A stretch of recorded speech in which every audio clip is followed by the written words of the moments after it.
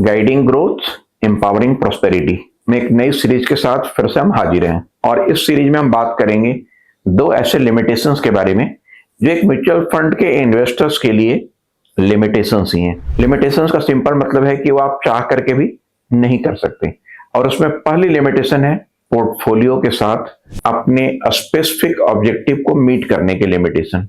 इसका मतलब आप अपनी पोर्टफोलियो को अपने हिसाब से अपने ऑब्जेक्टिव के मुताबिक टेलर मेड नहीं करा सकते।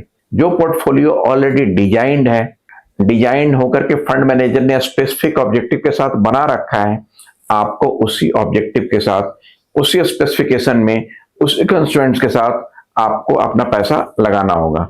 मीन्स आप अपने लिए टेलर मेड कोई तरीके से चेंज नहीं करा सकते और एक बहुत बड़ी एक इंडिविजुअल इन्वेस्टर के लिए लिमिटेशन है म्यूचुअल फंड इन्वेस्टमेंट में। और दूसरी लिमिटेशन क्या है कि कॉस्ट के ऊपर कोई कंट्रोल नहीं। कॉस्ट के ऊपर कंट्रोल का मतलब ये हो गया कि एक म्यूचुअल फंड स्कीम्स में छोटे इन्वेस्टर्स भी इन्वेस्ट करते हैं और बड़े इन्वेस्टर भी इन्वेस्ट करते हैं।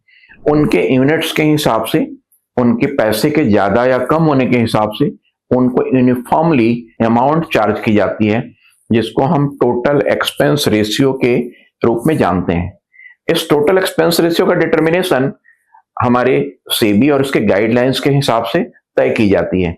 यदि कोई फंड बहुत बड़ी हो तो उसके TER मतलब टोटल एक्सपेंस रेशियो उसको कम रखी जाती है और यदि कोई फंड छोटा हो तो उसकी TER सामान्यतः ज्यादा होती है।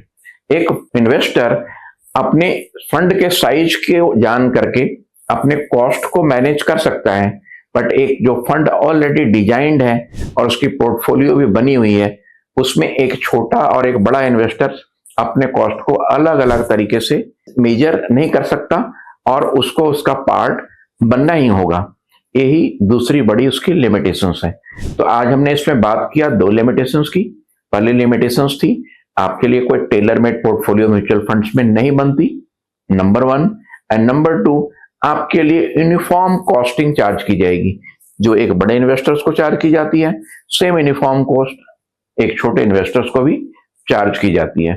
सो हम दोनों लिमिटेशंस के साथ अपने नेक्स्ट टॉपिक में हम आगे बढ़ते हैं कि हमारा आगे का जर्नी कैसे चलेगा।